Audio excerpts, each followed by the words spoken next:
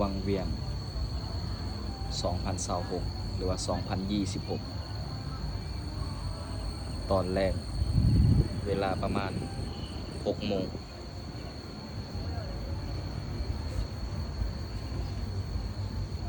เดี๋ยวบอกว่าวิวโคตรงามเลย